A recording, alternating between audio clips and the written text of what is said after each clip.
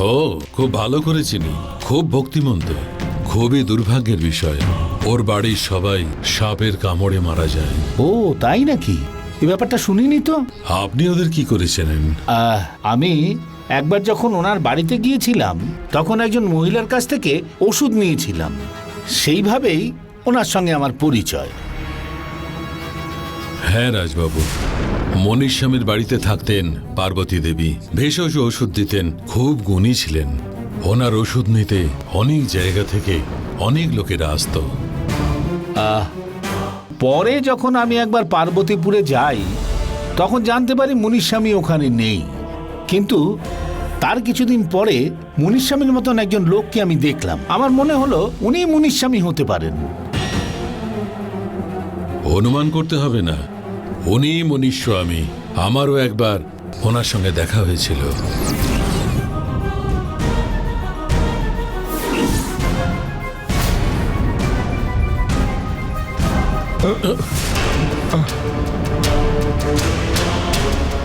ক্ষমা করুন। এক মিনিট, আপনি মনীষ স্বামী তো? আগে হ্যাঁ। দাড়ি রেখেছে, পথে পথে ঘুরে বেড়ায়।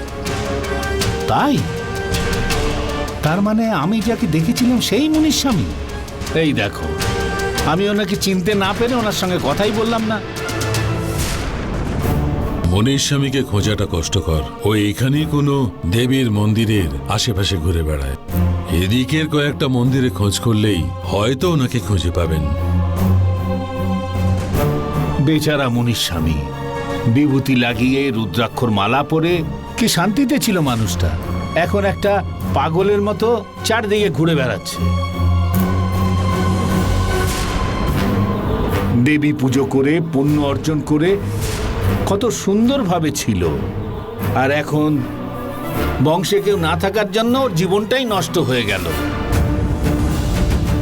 না রাজবাবু, মনীষ স্বামীর বংশ শেষ হয়নি। হ্যাঁ? মনীষ স্বামী দেবীর পুজো করার কারণে দেবী ওর বংশটা শেষ হতে দেয়নি। মনীষ স্বামীর মেয়ে গায়ত্রী এখনো বেঁচে আছে।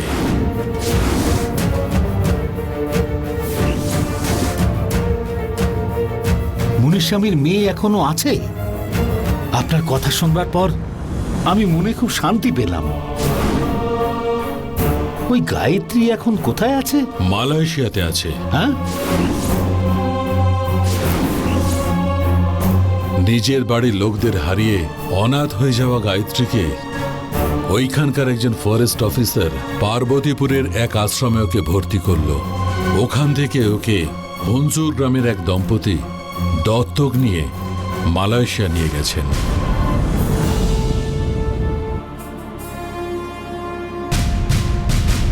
আমিও মনীষ স্বামীর কাছে গায়ত্রীর সব কথা বললাম। উনি খুব খুশি হলেন। কোনোদিন হয়তো গায়ত্রী ঠিক ওনার কাছে আসবে বলে উনি বিশ্বাস করেন। এখন গায়ত্রীর বিয়ের বয়স হয়ে গেছে। এতদিন যে গায়ত্রী আসেনি, সে কি আর আসবে? না, এরকম বলবেন না। গায়ত্রী না আসলে আমরা তাকে ডেকে পাঠাতে পারি। মালয়েশিয়ায় আমার পরিচিত লোকেরা আছে, ওদেরকে বলে আমি ঠিক খুঁজে বার করব। গায়ত্রীকে ওখান থেকে এনে মনীষ স্বামীর সঙ্গে মিল করিয়ে দেব। রাজবাবু, আপনি এ কাজ করলে অনেক পুণ্য করবেন। আরে না না না, পুণ্যের জন্য করছি না। মনীষ স্বামী এক সময় আমাকে অনেক রকম ভাবে উপকার করেছিল, তাই আমিও চাই মনীষ স্বামী ভালো থাকুক। গায়ত্রীকে পেলে আমাকেও ব্যাপারটা জানাবেন, আমিও এসে দেখে যাব। আরে নিশ্চয়ই জানাবো। আর হ্যাঁ, ওই জমি কেনার ব্যাপারটা হ্যাঁ, আমি পাটিল সাহেবকে জানালে উনি খুশি হবেন। ঠিক আছে, আমি আসছি। ঠিক আছে।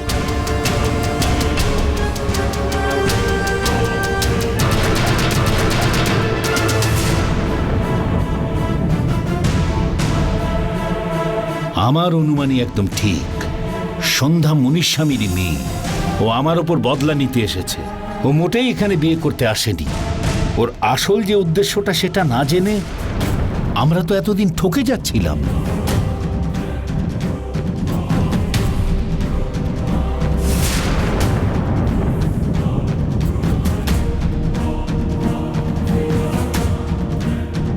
আমি যে গায়ত্রী সেটা রাজশেখর জানতে পেরে গেছে, আর ও আমার কোনো ক্ষতি করার আগেই আমাকে ওকে শেষ করে ফেলতে হবে।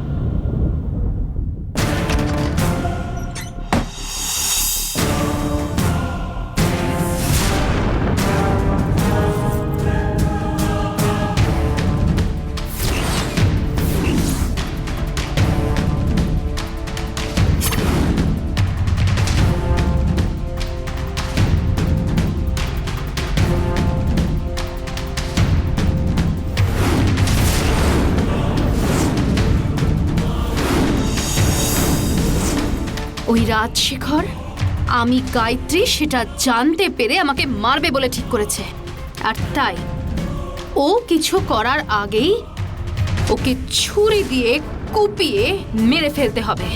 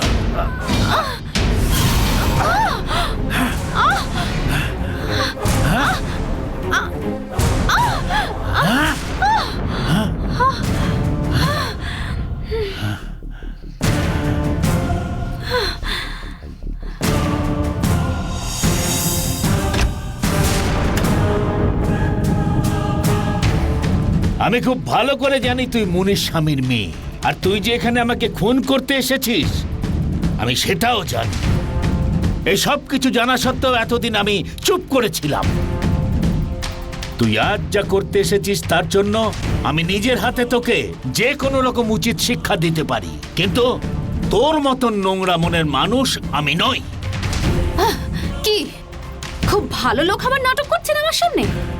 জঙ্গলের দেবীর কাছ থেকে কাল চক্রটা চুরি করে নিয়ে এসেছিলেন আপনি, আর সেটা খুব ভালো করে জানি আমি, আর এখন নিজেকে ভালো প্রমাণ করার চেষ্টা করছেন।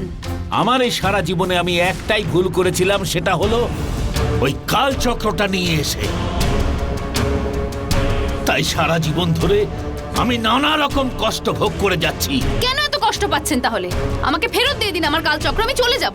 কাল চক্রটা ফেরত দিতে আমার বিন্দু মাত্র অসুবিধে নেই। ওই কাল চক্রটা আমি ওখান থেকে নিয়ে এসেছি বলে তুই, ওই নন্দিনী, তোরা সবাই আমাকে মারতে চাইছিস, কিন্তু ওই কাল চক্রটা আমাকে কে দেখিয়েছিল জানিস? ওই কাল চক্রটা দেবার জন্য কে আশা দেখিয়েছিল জানিস? তোর বাবা মুনির স্বামী।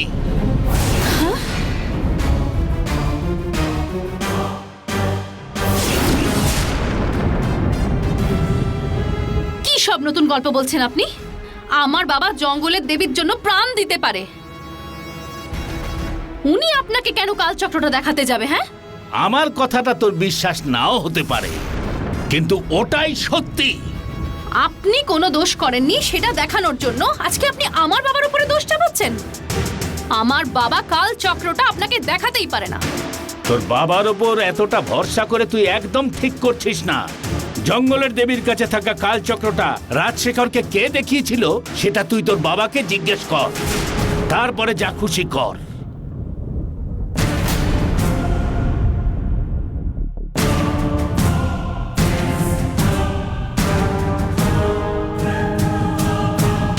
সব ভুল আমার, এটাই তো তুই ঠিক করেছিস না? তোর বাবাকে জিজ্ঞেস কর, তাহলে কোনটা ঠিক কোনটা ভুল তুই জানতে পারবি। আমার বাবাকে আমি খুব ভালো করে চিনি। আপনি যে অভিযোগ করছেন সেই কাজ আমার বাবা করেইনি। আপনি মিথ্যে কথা বলছেন। আমি এক্ষুনি বাবাকে ফোন করে জিজ্ঞেস করছি।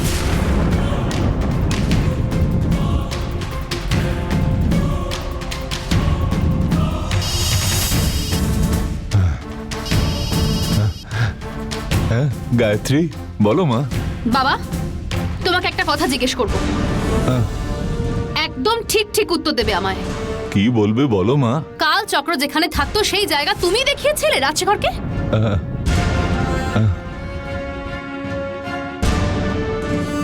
আহ, উম। কেন মা, কেন হঠাৎ করে এটা জিজ্ঞেস করছো? আমি ঠিক যেটুকু জিজ্ঞেস করছি সেটুকু বলো। জঙ্গলের দেবীর কাছে থাকা কাল চক্রটা রাজশেখরকে তুমি দেখিয়েছিলে। কাল চক্র কোথায় থাকে সেটা রাজশেখর কি করে জানলো?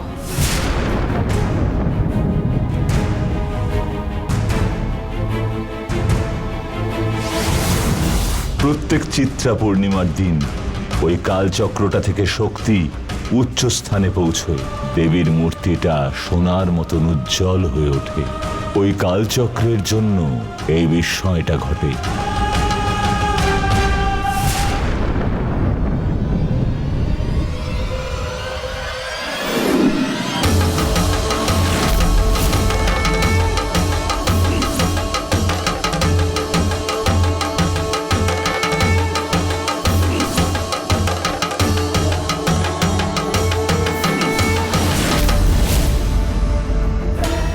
বাবা, বাবা, তুমি কথা বলছো না কেন?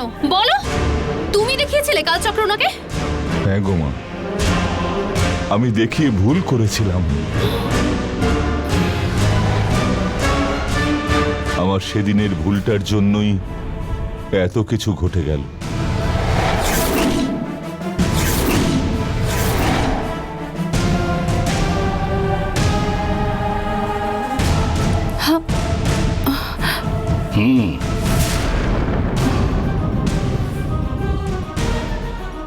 গায়ত্রী, মা গায়ত্রী, গায়ত্রী, হ্যাঁ? আরে ও কি করে ব্যাপারটা জানলো? কি হলো মা, এখন তুমি সত্যিটা জানতে পেরেছো তো? এই সত্যটা তুমি কিছুতেই সহ্য করতে পারছো না, সেটা আমি ভালো করেই বুঝতে পারছি, কিন্তু এটাই হলো সত্য ঘটনা।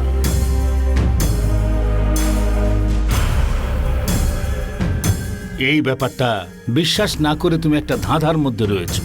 যদি আর একটা ব্যাপার তোমাকে জানাই তাহলে তুমি কি করে সহ্য করবে?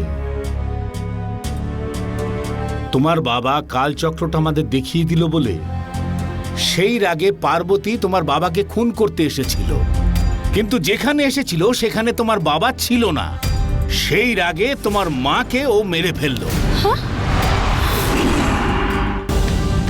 তাতেও পার্বতীর রাগ না কমায় ও আমাদেরকেও খুন করতে এসেছিল। আমি আর আমার বন্ধুরা তাই ওকে মেরে ফেলতে বাধ্য হলাম।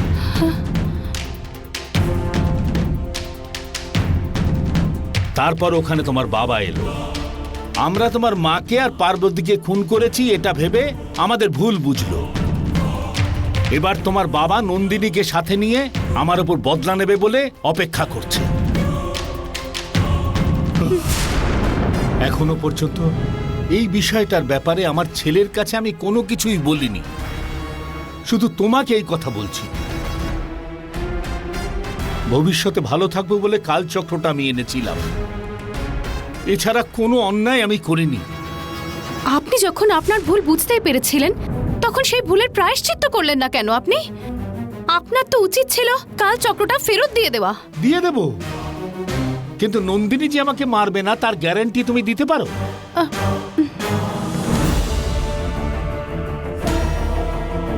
কোনো গ্যারান্টি দিতে পারবে না তো? ঠিক ওই কারণের জন্যই ওই কালচক্রটাকে আমার জীবনের কবজ বানিয়ে রেখেছে। ওটা ছাড়া আমার আর কোনো রকম কোনো উদ্দেশ্য নেই। শুধু ওটাই নয়, আমি যদি ইচ্ছে করতাম তাহলে আমাকে খুন করবার জন্য আসা ওই মুনিস্বামীকে যখন ইচ্ছে শেষ করে দিতে পারতাম। সেটা আমি করেছি কি? করিনি তো। মুনিস্বামী যাতে ভালো থাকে সেই জন্য তো আমি ওকে ছেড়ে দিই। এবার তো তুমি আমার ব্যাপারটা নিশ্চয়ই বুঝতে পারছো। আর একটা ব্যাপার আছে মা, ওটা তোমাকে বলবো না বলে ভেবেছিলাম, কিন্তু এই পরিস্থিতি আমাকে বলতে বাধ্য করছে। তুমি যে এখনো জীবিত থেকে হেঁটে চলে বেড়াচ্ছ তার কারণটাও কিন্তু এই আমি।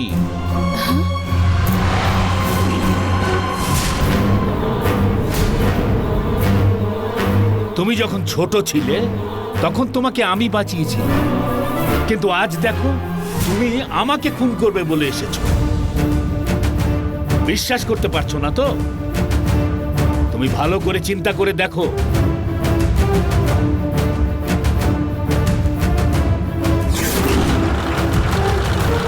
কে আছো? আমার মেয়েকে বাঁচাও, বাঁচাও।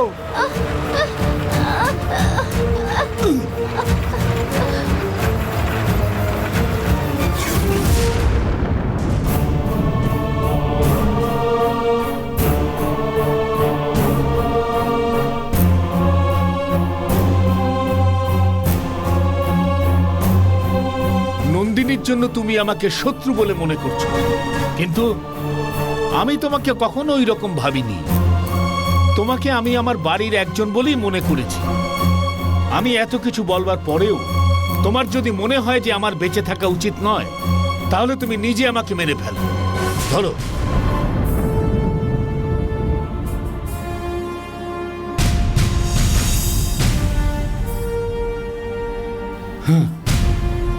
যখন তুমি আমাকে খুন না করে দাঁড়িয়ে আছো, তার মানে আমাকে যে তুমি বুঝতে পেরেছো এটা বোঝা যাচ্ছে। আমার জন্য এটাই যথেষ্ট মা।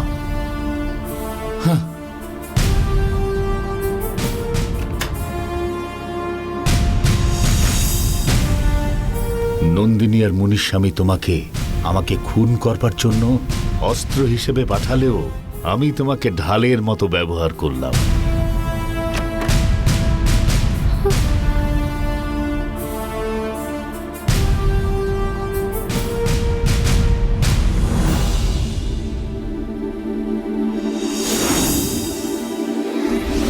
ओम नमः शिवाय। ओम नमः शिवाय। ओम नमः शिवाय। ओम नमः शिवाय।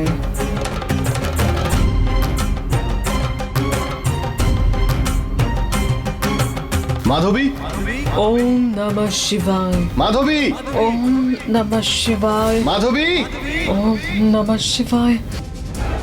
माधवी, ইচ্ছেধারী নাক ডাকছে মনে হচ্ছে। মাধবী,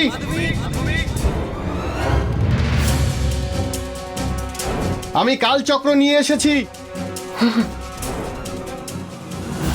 আমাকে দেওয়া কথা ইচ্ছেধারী নাক রেখেছে। তুমি আমায় বলেছিলে কালচক্র এনে তোমাকে দিতে। মা, নিয়ে এসেছি।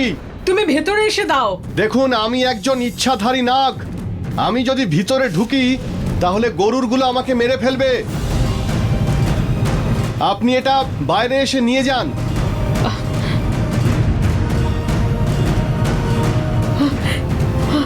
দাও। আমি যা আপনাকে কথা দিয়েছিলাম তা পালন করেছি। আমি কালচক্র আপনার জন্য নিয়ে এসেছি।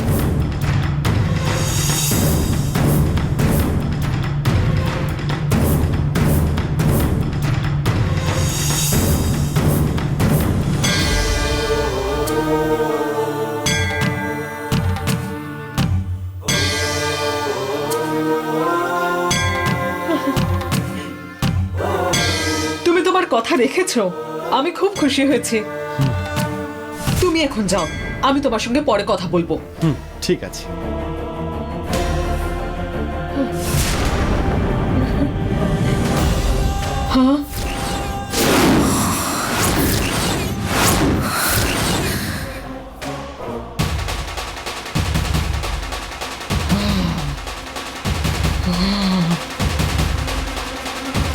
ভালো করে দেখ, আমি দাঁড়িয়ে আছি তোর সামনে, কিন্তু তোর আমাকে আটকানোর জন্য তোর জঙ্গলের লোকেদের ইচ্ছাধারী সাহায্য চাই।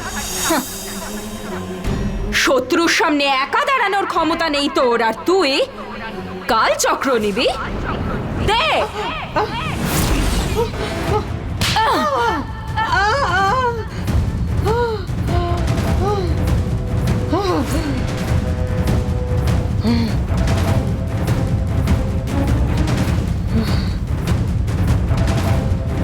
তুই আমাকে আটকানোর জন্য ষড়যন্ত্র করে এই ইচ্ছাধারীকে পাঠিয়েছিলিস। হাহ, আজ এই ইচ্ছাধারীর সাহায্য নিয়ে আমি তোকে মারবো।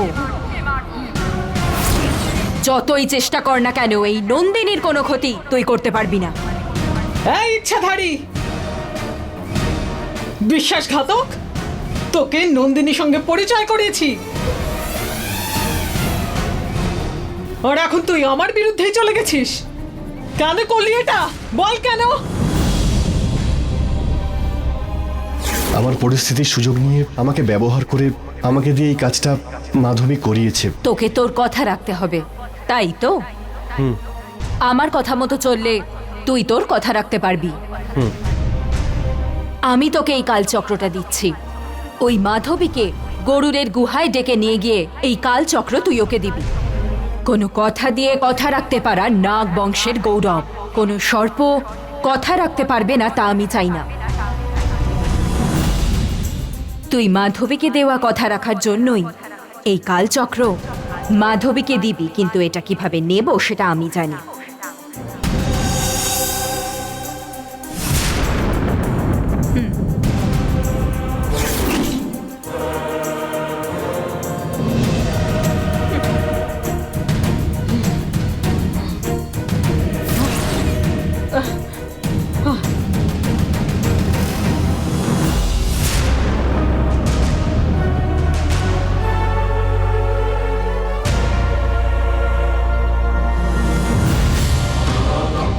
মানুষরা মানুষের সাথে বিশ্বাসঘাতকতা করে, কিন্তু এক সর্প কখনো অন্য সর্পকে ঠকায় না। তুই আমাদের মধ্যে বিদ্বেষ তৈরি করে নিজের কাজ হাসিল করার চেষ্টা করছিলিস? এত সাহস তোর? হ্যাঁ, তুই 18 বছর ধরে শিবের তপস্যা করেছিস বলে ওই শিব তোর সব পাপ কাজে সাহায্য করবে বলে ভাবিস না তুই? হুঁ, আমরা নাগ বংশীয়, মহাদেবের গলার গয়না হয়ে থাকি আমরা। আমাদের বিরুদ্ধে যুদ্ধ করতে দাঁড়ালে ওই শিবই তোর বিনা